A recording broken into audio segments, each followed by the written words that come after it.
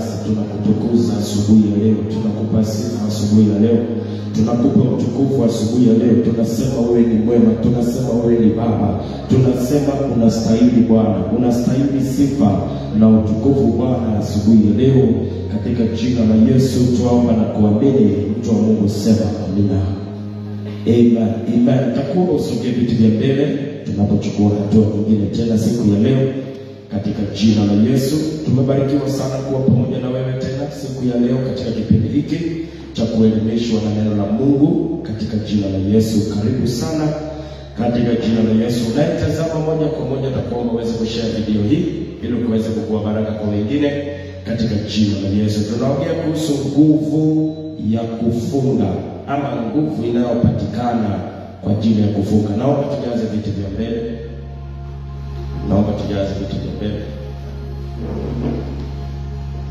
Tunaongea kuhusu nguvu inayopatikana kwa kufunga, na kuna jambo ambalo tunajaribu kubadilisha. Kulingana na vile ambavyo tulikutulia ukiendelea, ama pengine tulipatilia ikisisitiziwa sana ama ikifunzwa sana, ama kile ambacho tuliwekewa kwa mawazo kuhusiana na kufunga. Hatuipingi hiyo, lakini tunaongezea jambo la msingi katika mambo ya kimungu. Nimekuja kugundua enda utafutilie jambo la msingi ni gani. Bwana Yesu asifiwe. Na kuhusu kufunga tuliona ya kwamba kulingana na mafundisho na hali ambayo tulikutulia ni kwamba wakati uko na shida ndio unapaswa kufunga. Hiyo mimi ni mmoja wa wale watu ambao nilipatilia mpaka ilikuwa nikifunga ni kwa sababu ya shida, ni kwa sababu ya kenye nataka, ni kwa sababu ya nini, na hiyo sio vibaya. Bwana Yesu asifiwe. Lakini hiyo sio msingi na sio ujumbe ambao elimu tunapaswa kukua nayo. Eti kufunga ni kwa sababu ya shida. Najua Yesu alisema zingine hazitatoka kwa kuomba tu, ila kwa kufunga na kuomba. Ni sawa, lakini sio hiyo tu ndio inapaswa kukua. Tukikusikia ukifunga, ninafunga ili nipone, ninafunga ili nipate kazi, ninafunga ili Mungu aonekane, ninafunga ili jambo fulani litendeke, hiyo siwezi sema ndio ya msingi. Bwana Yesu asifiwe. Lakini la msingi ni hili: tunafunga kwa sababu ya malengo ya kiroho. Msingi rasmi, tunafunga kwa sababu ya malengo ya kiroho. Na jambo moja kubwa ambayo nitasema ni kwa sababu ya kupata nguvu ya kiroho. Sababu ya kupata nguvu ya kiroho. Mimi ningelipenda uangalie fasting sana, na hiyo ya kwamba through fasting ninapata spiritual power. Sasa hiyo power nakimbia nayo kufanya vile nataka. Bwana Yesu asifiwe. Because there is a lot in life you are supposed to overcome. Now fasting will give you power to overcome. Hello. Fasting gives you power to overcome. Sasa katika kufunga, wakati unajinyima physically, ujue unapokea, unapata spiritually. Hello. Wakati unajinyima, kwa sababu fasting ni kujijima kimwili, ni kujipea kiroho ama ni kupata kiroho. Lazima uweke hizo mbili ziambatane. Hapana tu sema fasting ni kujinyima peke yake. Kamilisha. Kwa sababu malengo yako ya fasting sio kujinyima tu. Kwa sababu pia kuna watu ambao hawali. Kuna mtu anaweza sema tu hakuli na yuko kwa fasting, lakini ameamua kujinyima, maybe kwa sababu ya sababu zake. Zipo sababu nyingi, lakini ni vizuri ukamilishe, useme kufunga ni kujinyima kimwili, ni kupata kiroho, ni kukula kiroho, ni kujinyima chakula kimwili, ni kukula kiroho, ni kupata. Because kwa fasting tunajinyima na ni kupata pia tunapata. Katika roho ni kupata tunapata. So ongeza hiyo ndio ingie kwa akili yako ya kwamba kila ninapofunga kuna kitu ninapata. Kila ninapofunga kuna kitu ninapata. Kando na mlango yangu ya kazi ifunguke, kando na nini, mimi binafsi kiroho kuna kitu ninapata. Ninapata nguvu. Napata nini? napata nguvu. Na tukajiuliza swali ni hili, na kama kufunga ni kwa ajili ya shida, kama kufunga ni kwa ajili ya matatizo, basi Yesu alikuwa na matatizo gani ndiye alifunga? Kama kuomba ni kuomba vitu zenye hauna upate, basi Yesu alienda kuomba, alikuwa na shida gani? Ni nini alikuwa anahitaji? Hiyo inakuambia fasting ni zaidi ya kuomba vitu vifunguke na upate. Maombi ni zaidi ya kuomba upewe na milango ifunguke. Maombi ni zaidi. Paulo na Sila, Biblia inasema ya kwamba usiku wa manane walikuwa wakimuomba Mungu. Tosha. Walikuwa wakimuomba Mungu. Kwa hivyo kuna ile inaitwa kumuomba Mungu. Bwana Yesu asifiwe. Kando na kuenda kuanza kusema hii, kuna msingi rasmi. Mimi huwa ninasema kwa nini tumshukuru Mungu? Kuna msingi mmoja wa kumshukuru Mungu ambao kila mtu anapaswa kufanya. Kwa sababu fasting inapaswa kukua, hakuna mtu mwenye hana sababu za kufast. Ni mhubiri, si mhubiri, ni mshirika, ni nani, sababu lazima awe nazo. Na nikasema tunamshukuru Mungu na tunamwabudu Mungu, nambari ya kwanza ni kwa sababu yeye ni Mungu. Simshukuru Mungu kwa sababu ya Kenya amenifanyia. No. Wale ambao bado hawajafanyiwa watakosa sababu ya kumshukuru. Bwana asifiwe. So siendi kumshukuru kwa sababu jana amenibariki kazini kakuwa sawa. Kuna mtu jana hiyo kazi yake haikuenda sana, basi hana sababu. Lakini kuna vitu vya msingi tunapaswa kuelewa. Tunamwabudu Mungu kwa sababu yeye ni Mungu. Hiyo inamaanisha hata mgonjwa ako na sababu. Halo, hata mgonjwa ako na sababu. Mwenye anapitia hali gumu ako na sababu. Mwenye apitia hali gumu ako na sababu. Tunamwabudu Mungu kwa sababu yeye ni Mungu. Hiyo ndiyo ya kwanza. Hiyo sasa inapatia kila mtu sababu ya kumwabudu. Na pia tunafunga kwa sababu ya kupata nguvu ya kiroho. Ni nani hataki nguvu za kiroho? Ni nani hataki nguvu za kiroho? Bwana Yesu asifiwe. Kwa sababu kama unafunga ili mlango ufunguke, kuna watu hawana mlango wote wanataka ufunguke. Kama unafunga ili upate pesa, kuna watu wako na pesa. Ataomba aje? Mtoto ya president ataomba aje? Halo? Kama fasting, jambo la msingi kuhusu fasting ni kuomba tukue na kazi iendelee mzuri. Sasa ule kijana ya president aende aombe aje? Mke wa president, maana yeye yuenda kanisani, wakati wa kanisa wanaombea vitu, yeye alikuwa anaomba aje? Baba, tunaomba kumbuka kazi zetu, tufungulie kazi zetu ziinuke. Yeye alikuwa anaomba hizo. Si tayari yake imeinuka. Basi sasa yeye hana sababu ya kufunga. Si anataka nini? Nguvu ya kiroho. Hiyo anataka ya kumsaidia kuovercome mashambulizi ya kiroho. Bwana Yesu asifiwe. So ni mzuri ufunge kwa sababu ya mtu wa ndani, mtu wa kiroho akaweze kukua na nini? Nguvu. Na kumbuka kwa nini sisi tunakula chakula. Kwa nini unakula breakfast? Kwa nini unakula lunch? Sababu ni nini? Jambo la kwanza ni kwa sababu ya afya yako. Bwana asifiwe. Na ya pili kwa sababu ya nguvu. Kwa sababu ya nguvu. Maana hii mwili yetu kutembea inagharimu Mungu nguvu. Vitu tunavyofanya inagharimu nguvu. Kwa hivyo tunakula tuwe na afya bora, na pia tunakula kwa sababu ya kupata nguvu ya kujenga taifa. Ni ukweli. The same tunafanya katika ulimwengu wa roho. Pia tunakula kwa sababu tunakula. Tulisema fasting ni kukula. Ni kukula neno la Mungu. Hiyo ndiyo fasting. Tulisema hiyo ni kukula kiroho. Basi tunakula tukue na afya bora ya kiroho. Na pia tunakula tukue na nguvu ya kufanya vitu katika jina la Yesu Kristo. Bwana asifiwe. Mathayo 4 ndio tunachunguza pale, na tunaongea kuhusu fasting gives you power to overcome temptation and also the tempter. The two things. Fasting will give you power. Fasting will give you spiritual power. Nafikiri tuseme hivyo. Fasting gives you spiritual power to overcome temptation and also the tempter. Nilisema ya kwamba we have two tempters. Tuko na wajaribu wawili na tuko na majaribu mara mbili.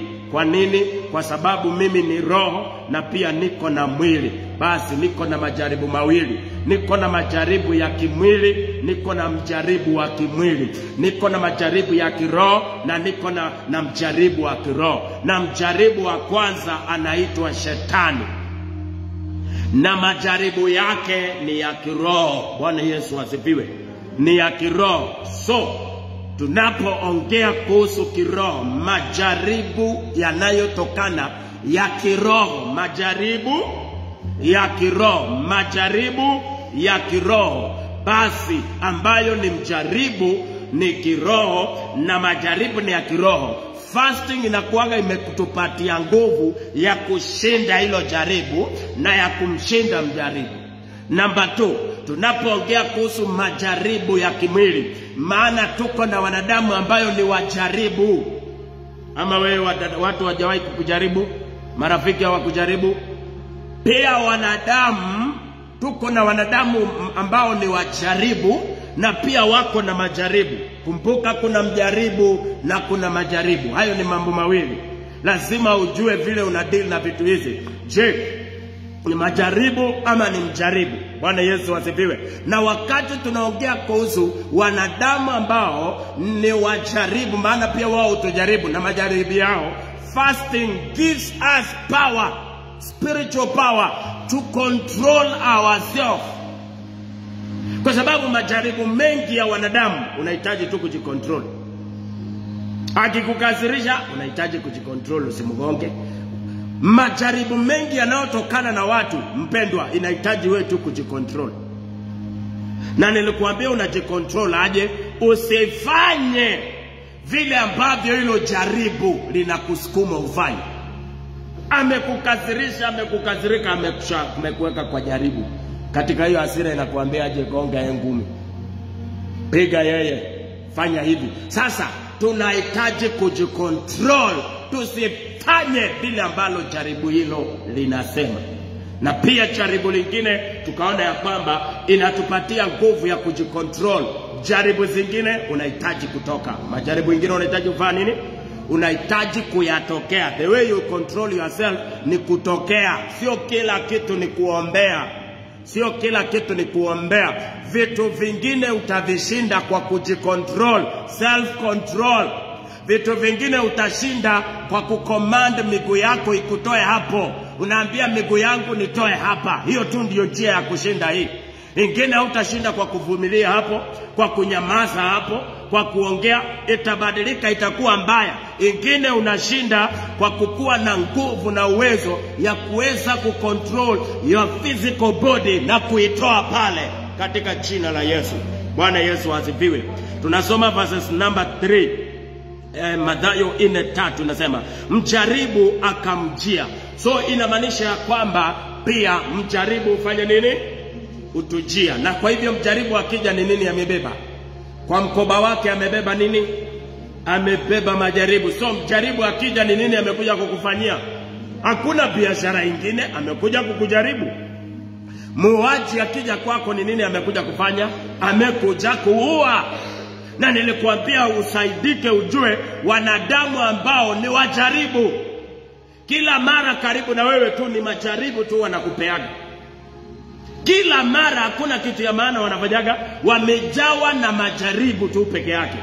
Na haya majaribu ni ya kukuingisha kwa shida. Nilikuambia jana ya kwamba tuko na wanadamu wengi wako kwa jela, maana walishindwa na hilo jaribu.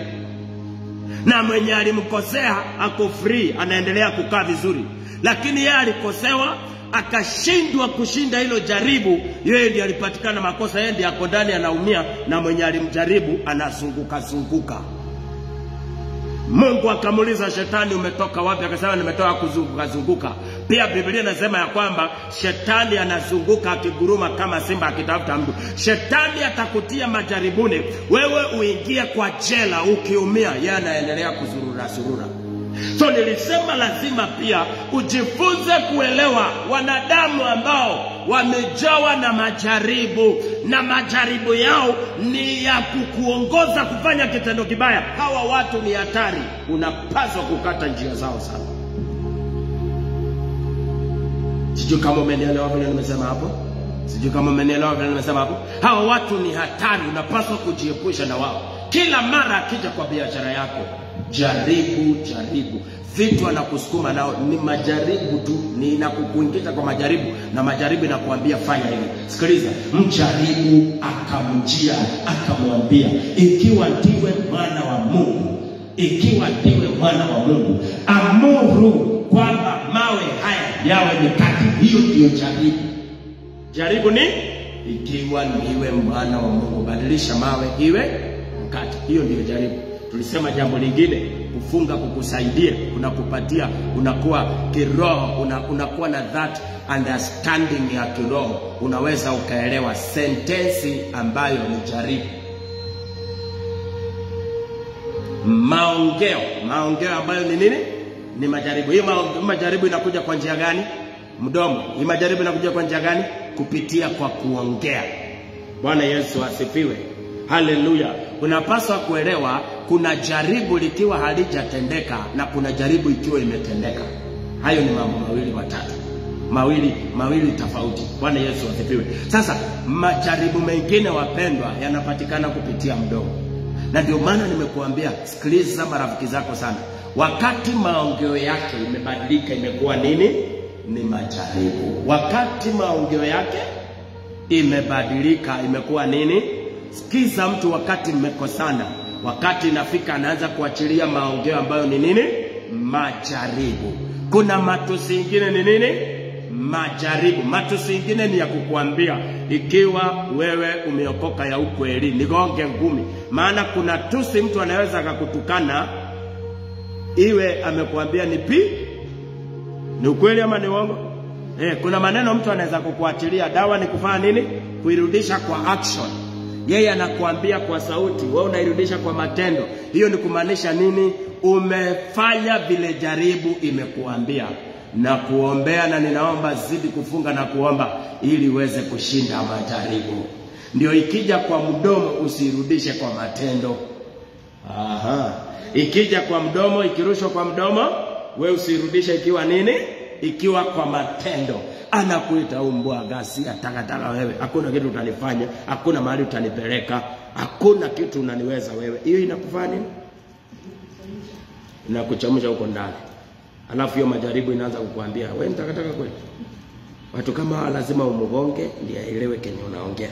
Ndio aone wewe si bure. Hiyo vile jaribu inakuambia ufanye, kataa kufanya. Yesu alishinda kwa kusema aje? Imeandikwa, mwanadamu hataishi kwa mikate tu, ila ni kwa kila neno linalotoka katika kinywa chake Mwenyezi Mungu. So hii maneno ambayo imetoka kwa kinywa chako shetani, sitaikubali, na takubaliana na maneno ambayo imetoka kwa kinywa cha Mungu. Amen. Na Yesu hakufanya. Yesu hakukuwa na uwezo wa kubadilisha mawe iwe mkate. Yesu hakuwa na uwezo. Alikuwa na uwezo. Lakini kwa nini hakufanya? Hakutii mjaribu, hakufanya mtihani ambao majaribu ilikuwa inampatia apeane jawabu. Ninakuomba kwa jina la Yesu, mara nyingi tafadhali usitii mjaribu. Na usifanye vile majaribu inasema usifanye. Na nimekuambia dawa mzuri, ukiwa hiyo majaribu unaona ina insist sana na iko na pressure na kupea pressure, dawa ni kucommand miguu yako. Nasema kwa jina la Baba na Bwana Mtakatifu, ninaamrisha miguu yangu nitoe hapa mara moja, na miguu yako kufanya ikutoe. Kuna majaribu zingine hautazicontrol ukiwa hapo, maana the more uko hapo ndio anaendelea kuachilia maneno mengi, ndio anaendelea kufanya mambo mengi. Bwana asifiwe sana. You end up kupigana. Ukipigana wewe ndio utaibika. Mwisho atakwambia aje, na unasema umeokoka. Alikuwa anangojea tu umpige tu, maana na time tu wokovu yako. Haya, na ndio unaringaga hapa unaenda Morning Glory. Sasa hapo aanze kusambaza hata hakuna wokovu wako nayo, hiyo maneno naisha hivyo. Anabaki tu kukusambazia hata hakuna wokovu yako nayo. Nini alinigonga. Maana majaribu mengine na chokoraga nini? Na chokoraga moyo. Inakuchokora, unaona hapa hapana. Wacha nikuambie, ikifika hapo command miguu yako ifanye nini? Sijui kama unanielewa. Hii ni vitu, hii ni maisha tunaishi. Command miguu yako. Si unajikaisha hapo, unanyamaza tu. Ataendelea kujaza kikombe mpaka ifurike, na ikifurika uta control. Maana matusi yakianza kutupa kwa moyo wako hakuna, si kikombe kiko empty. Anatupa ya kwanza inaingia, haina nguvu. Anatupa ya pili inaingia, kikombe inaendelea kujaa. Ikianza kufurika, utaona hata wewe umenizoea. Bwana, sasa hiyo kikombe imefanya kabla haijafurika. Ya kwanza tu tumejisema tujifunze kujua sentensi na maongeo ya nini ambayo ni majaribu. Na ujue huyu kuna mahali anataka kunisukuma. Hapo mara moja najua hapa ni kutoka, nitatoka. Hapa nitatoka, maana sijui vile shetani anamtumia anisukume nijiingishe kwa shida. Tuko na watu wengi wana regret pale kwa jela. Nilikwambia mimi nasikilizaga kipindi kingine cha mtangazaji mmoja uzunguka kwa majela. Tafadhali nakisikiliza sana.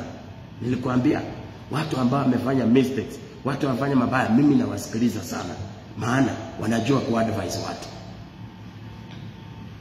Wanajua mimi nasikiliza sana watu ambao walifail, na wasikiliza sana kushinda watu ambao wamefaulu. Watu ambao wamefail, wakafail, wakaamuka, wakafail, wakajifunza jambo. Hao watu na wasikiliza ni walimu wazuri. Na unasikia tu vitu tu ujinga ambao ungekataa, ambao ungetoka tu hapo tu alipoanza kukutusi, ungetoka tu hapo. Maana siku hizi mtu akikuchukia na hakutaki, anaanza kukutafutia sababu ya kukuondoa. Na siku hizi watu wanajua njia nzuri ya kukuondoa ni kukupeleka jela. Anakukwaza na kupeleka na kukwaza, una react vibaya, na kimbilia P3 ndani, wewe unaenda hivyo, anakutoa na kuombea. Fasting inakupatia spiritual power ya kushinda hizo vitu. Itakuwezesha kucontrol hasira, itakuwezesha control nini? Hasira. Na pia itasababisha ile matusi ikifika kwako inakuwa haina power. Sijui kama unanielewa. Fasting inakupatia nguvu. Sasa unajipata spiritually uko very strong. Sasa unapata ya kwamba hata akirusha tusi linakuja, lakini halina uzito kwako, maana linamalizwa nguvu na nguvu ya fasting. Lakini ukipata tu kirushiwa kitu kidogo tu unachemuka, spiritually hauna nguvu. Maana unapaswa kukuwa na nguvu nyingi kiroho kushinda kimwili. Sababu ambayo inatumanga unaona watu tu kidogo tu papa ameingia, kidogo tu papa ameingia, kidogo tu papa ameingia, ni kwa sababu the physical nature iko na uwezo kwa maisha yake kushinda spiritual life. Na sisi tunapaswa kukua hivi, maana miili yetu haitawahi kosa nguvu, iko na nguvu zake. Tunapaswa kukua kiroho, tuko juu sana kushinda hapa, kumaanisha huyu ana nguvu kushinda huyu. So majaribu zote zenyewe ataleta, kwa sababu huyu ana nguvu sana, kwake inakuwa haina uwezo. Mtungi ya lita 5 kwa huyu mtoto na mtungi ya lita 5 kwangu, ikiangukia mguu ya huyu kapu atalia ama ataumia? Na ikiangukia mguu yangu, yeye kuinua mtungi ya lita 5 ni mzito kwake, kwangu haina uzito, lakini kwake.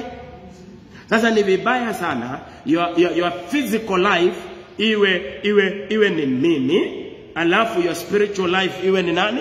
Ni yule mtoto. So jaribu la lita 5 likija linakugonga, linakumaliza. Lakini ni vizuri your spiritual life ukue mimi, alafu your physical life ikuwe ule mtoto. Bwana Yesu asifiwe. Ili wakati jaribu linapokuja la kimwili, hata likukushikia unasikia hii si mzito. Bwana asifiwe. Haleluya. Nikupatie jaribu la pili alafu tumalize. Tumeona jaribu la kwanza ni jaribu linalohusiana na maongeo. Linalohusiana na nini? Na maongeo. So mnapaswa kujua kwamba kuna maongeo ambayo ni nini? Majaribu. Kuna maongeo ambayo ni majaribu. Watu tunajua majaribu ni dhambi. Dhambi ni nini? Dhambi ni nini? Halo? Dhambi ni nini? Tuko na maongeo ambayo imebeba dhambi, ambayo ndani yake iko na dhambi. Tuko na matendo ambayo ndani yake iko na dhambi. Lakini siwezi nikakuspotia nikakwambia dhambi inakaa sura hii, dhambi inakaa hivi. Hakuna kitu kama hiyo. Maana dhambi haionekani. Bwana Yesu asifiwe. Naweza nikaongea maongeo ambayo iko na nini? Ndani yake iko na nini? Dhambi. Naweza nikastenda kitendo ambacho ni kitendo kiko na nini? Kimebeba dhambi. Bwana Yesu asifiwe. So naomba tafadhali kuwa makini. Na nakuomba kabisa, hii ni ya kukusaidia kuishi. Kuwa mwangalifu na maongeo ya watu, yakati yamebadilika kuwa majaribu kwako. Mstari wa 4. Naye akajibu akasema, imeandikwa. Mstari wa 5 tusome. Kisha Ibilisi akamchukua mpaka mji mtakatifu. Jambo la pili tuangalie. Biblia ya Kimombo inasema aje? Akamchukua, si ni ukweli? Nani alichukua nani? Nani alichukua nani? Umewahi kaa chini ukapiga hiyo picha? Umewahi sometimes ni vizuri ukisoma Biblia ukuage na ka video. Ukuage na kanini? Na ka TV uko ndani. Ukisoma iwe ni video unachukua, alafu nakapeleka kwa TV kule ndani, unaweka into action. Sasa wewe unaisoma kwa maneno hapa, lakini kwa akili unaiweka kwa movie.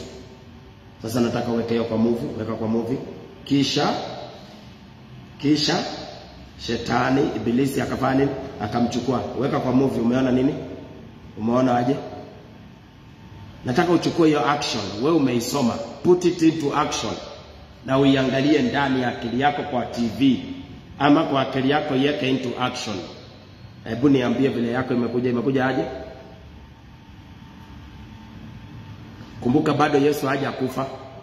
Kwa hivyo bado ako na physical body. Unafaa uelewe hivyo. Unafaa uelewe bado haja kufa. Na kwa sababu haja kufa ako na nini? Physical body. So kisha Ibilisi akafanya nini? Akamchukua. Naona mimi upande yangu picha.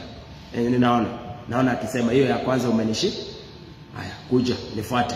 Naona akimshika mkono. Yesu nyuma, Shetani mbele, na wanaenda. Kwa nini Yesu hakukuwa na shida yoyote? Because spiritually, when uko na power, umeambiwa huyu ndiye amekuja kukuataka. Nani amekuja kukuataka kwa nyumba? Huyu. Fungua mlango. Fungua mlango. Huyu ndiye amekuja kukuataka. Akiingia ndani, si hata utamfungia ndani. Akiingia ndani asema nimekuja kukua, utafanya aje? Wangapi watatetemeka? Naongea na wewe. Asema nimekuja kukumaliza, utafanya aje? Chukua hiyo picha, ndiye umefungua mlango akaingia na ako na kisu. Asema nataka kuua wewe. Reaction ya kwanza itakuwa ni gani? Kushangaza, ndio? Utashangaa nani aniue? Wewe. Hata nikifunga macho wezi niue. So, hautamfukuza, utamfungia ndani. Alafu mwambie fanya biashara yenye kuleta hapa. Si ndio? Huyu aanze kunipiga mangumi. Kama nilikuwa nakula chakula aanze kunipiga mangumi kwa mgongo, hata nitaangalia. Mangumi za huku na kitu itanifanya? Si mimi nitaendelea tu kukula. So, sitasumbuana naye. Akiniambia kuja nikuie wapi? Kwa choo. Tafanya aje? Nitamfuata. Kwa sababu kuna kitu kimoja, uwezo nilio nayo iko juu sana kumshinda. So sina shida, maana ninajua tayari chote kinye anataka kuniambia na kiandaa kufanya, hakuna kitu ataweza kunifanyia. Ndio maana Shetani akamchukua nani? Yesu. Na Yesu hakukuwa na shida because alijuaga hii hakuna kitu anaweza kanifanya. Hana uwezo kunishinda. Bwana asifiwe. Saa zingine demons zingine zikija ndio nikwambia hupaswi kuogopa. Kwa sababu unajua aliye ndani yangu ni mkuku wa shida, so you will do nothing. Saa zingine tunakuaga na uoga kwa sababu hatukuagi tunajua punch yenye tuko nayo ni zaidi kushinda huyo mtu. Hatukuagi tunajua uwezo yao watu iko chini sana. Bwana asifiwe. Nilikwambia nowadays mimi siombi maombi ya waganga watoke. Siombi maombi ya vitu zitoke. Nilikuja kurealize Biblia imenipea mamlaka kuwashinda. Kile naombaga siku hizi ninachukua control.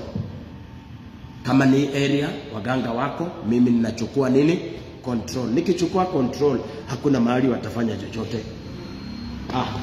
That's why sitamfukuza. Tamwambia wewe kaa ufanye vitu yako, lakini najua hakuna kitu ataweza kufanya, maana mimi ndio kusema. Yesu alijuaga mimi ndio kusema. Yesu alijuaga mamlaka ni mimi. Alijuaga uwezo ni mimi. Hata unipeleke juu Shetani, hata unipeleke kwa siri, hata unipeleke kati, you will do nothing. So fasting inakupatia power ya kukuondolea uoga. We have Christians ambao bado fear iko ndani yao. Tuko na Wakristo ambao bado wako na nini? Na uoga. Bwana Yesu asifiwe. Kumbuka Yesu amemaliza kufast. Kumbuka Yesu amemaliza So haogopi, hata ulizi shetani unataka nini. Yesu amenyamaza tu. Shetani amekuja na mpangilio yake, akamruhusu afanye mpangilio yake. Fasting inakupatia nguvu na inakupatia assurance. Mpango yenye amekuja kufanya haitafaulu kwa maisha yako. Mpango yenye amekuja kufanya haitafaulu kwa maisha yako. Lakini shida ya Wakristo wengi wanaogopa huo uwepo wa shetani. Yesu hakuogopa uwepo wa shetani. Maana kuna uwepo wa shetani na kuna kenye amekuja kufanya. Yesu hakukuwa na shida na uwepo wa shetani. Kwetu sisi wewe tu upatane na paka usiku. Sio jini, nimesema paka tu. Naogopa. Yaani tayari tu uwepo ya hizi vitu mnaogopa. Hiyo tayari ni mbaya. Hiyo tayari ni mbaya. Ogopa mwizi. Ukiwa mzalo mbea ogopa mwizi. Ukisikia mwizi anagonga nyumba yako sema tunakuja kukua, usifungue hiyo mlango, piga nduru, ita majirani. Lakini ukisikia shetani ndiye, wewe nani? Mimi ni shetani. Ambia ngoja anakuja kukufungulia mlango. Sijui kama mnanielewa vile nasema. Ukisikia hii njia watu wanapigwa ngeta usiku, usipite. Lakini ukisikia hii njia ni shetani yako kwa barabara, pita hiyo yenye shetani yako kwa barabara. Bwana asifiwe. Bwana asifiwe. Yesu hakuogopa uwepo wa nani? Lakini Wakristo wengi hata uwepo wake muogopa. Na ndio maana Kenya kinakunyima nguvu tu hata ya kukemea hiyo pepo inatembea kwa mabati, ni kwa sababu vile ilikanyaga ya kwanza ilikanyaga roho yako. Utaombaje ukiwa kwa hiyo kiwango? Vile ilikanyaga tu na ikafanya miau tosha, ni sasa ilikanyaga roho yako. Ni sasa ilikanyaga roho yako. Maana vile uliamuka unaweza fikiria ni heli yote ilikuja kwa nyumba yako na nikapaka kajini. Number 1, uwepo wa pepo yoyote usiwahi ogopa. Number 1, nisikilize, hatukupewa roho ya uoga. Number 1, usiwahi ogopa uwepo wa shetani. Sikiliza, nikwambie hii. Shetani huwa anajuanga mtu mwenye anamweza. Atamjua. Atajua hii itaingisha box. Sign ya kwanza, it's fear. That's why unaonaga kwa waganga kuenda mahali yako nini mahali hapo vitu vyote wametengeneza hapo ni za kukuwekea nini? Uoga. Umewahi jua hivyo? Hizo vitu si za kiroho. Lakini ukipata mfupa ya kichwa ya mtu hapo, hiyo ndio sign ya kwanza. Yeye anakuambia nini? Hatari, danger. Tayari imekurushia nini? Uoga. Usonge kidogo upatane na mbao nini? Kimetengenezwa cobra. Tayari yeye anakuambia nini? Ni kubaya. Usonge kidogo upatane na nyungu imefungwa kitambaa ya red. Tayari nini? Hizo zote zinakuaga ni nini mganga anakufanyia? Anakuaga na kuandana mapema, anakuwekea spirit ya uoga kwanza. Alafu kifika mara wewe unakanyaga wapi hapo? Hiyo tayari ni akuwekea nini? Haujakanyaga mahali mbaya, hakuna shida, lakini lazima akupatie nini? Because anajua ya kwamba they use fear to control. In our kingdom we use faith. Kwa ufalme wa shetani wanatumia nini? Fear. Nielewe. Ufalme wa shetani lazima ukuwe na uoga ndio achieve na accomplish mambo yake. Na kwa ufalme wa Mungu lazima uwe na nini? Na imani. Na ndio unaona vitu atakufanyia ni za kukuchanganya. Kama unakumbuka ukiangalia Tausi Karumanzira, alikuwa anaongea vitu za kukuwekea tu uoga tu za kukuchanganya ujeni. Anapiga vitu, anaongea vitu tu. Hata inaweza kuwa hakuna kitu. Hata wengine ni fake, hata si waganga, lakini ukishaingia kwa uoga, let me tell you, atafanya kazi na wewe. Bwana asifiwe. Alafu anakuingisha kwa nyumba ambayo ni giza, hakuna chochote. Wewe uoga yote umeingia. Umeingisha uoga yote. Akikwambia inama, akikwambia penduka, unatenduka. Anatesta, naona hii imemalizana naye. Nasema leo nambari ya kwanza, usiwahi ogopa uwepo wa pepo. Nambari ya kwanza. Na ukishaogopa ujue atakutwanga. Ndio kama zako mwambie ukishaogopa vita usiende. Simama juu kwa miguu yako. Ndio kama zako mwambie ukishaingiza uoga usiende hiyo vita. Wachana nayo. Maana tayari umepeana signal ya kushindwa. Simama juu kwa miguu yako tumalize. Narudia tena. Ukishaogopa kwenda huko, ukienda ujue automatic unaenda kushindwa.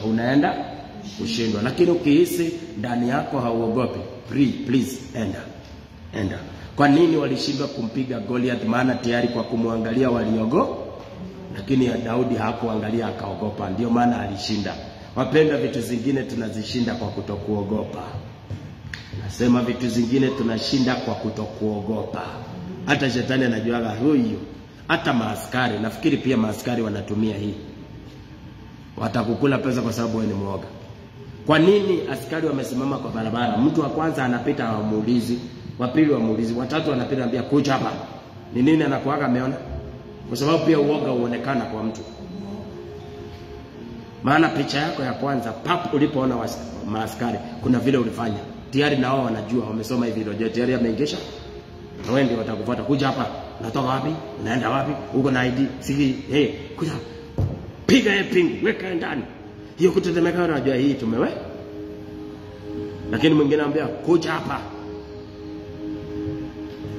Sema askari unataka nini? Najua hii si kimwoga hiki hatutapeleka vile anataka. Hii hatuwezi peleka vile tunataka. Weka pingu. Na niweka pingu nimefanya nini?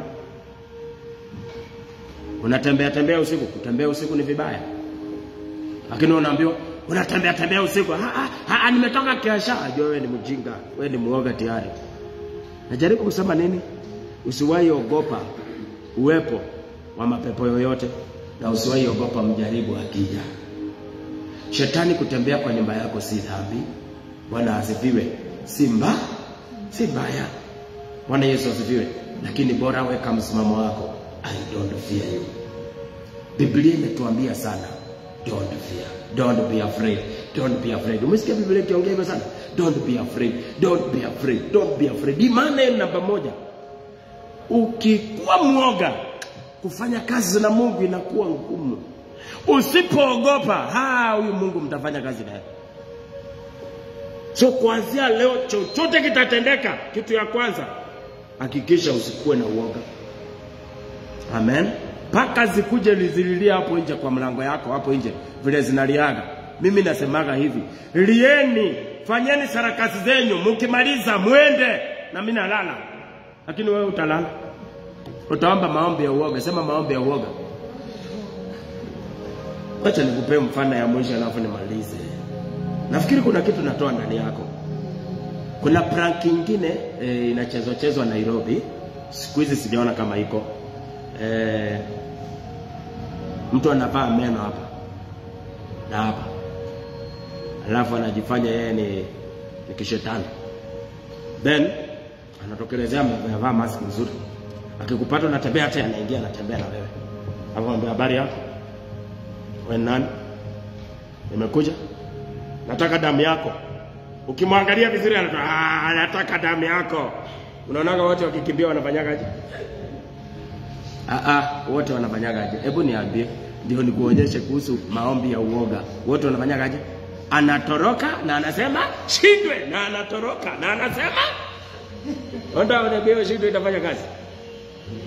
Ndio niambie shindwe itafanya kazi. Nilipatana aliendea wengine walifanya Jumapili kutest watu wake. Aki Mungu atusaidie. Na mtu ako na Biblia, shindwe pepo. Huyo mzee sitawaiza, shindwe pepo. Na ule pepo akimkujia anatoroka, shindwe pepo kwa jina la Yesu. Damu yangu utakunywa katika jina la Yesu.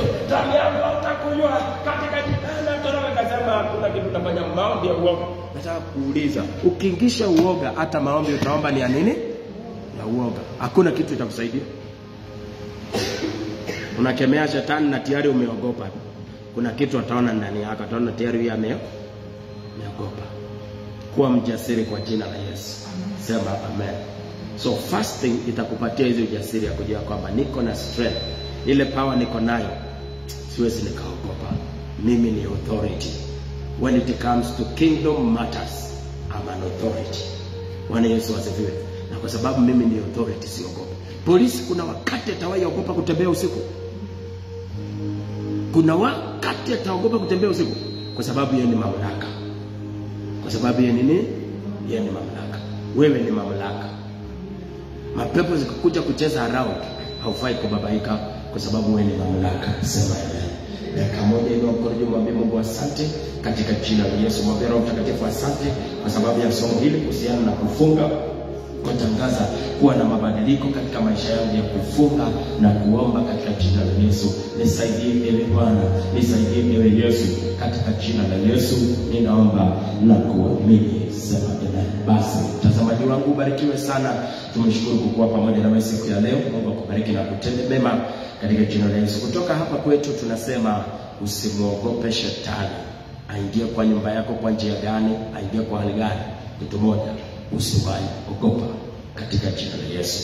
Maana Ayubu natumai ndiye aliyesema, nilichoogopa ndio ilinipata. Wengi mnasafiri, mnaogopa ajali, mnapata ajali. Hawa watu wengine unaona hawapati ajali kwa sababu hawaogopi. Ondoa uoga katika jina la Yesu. Amen.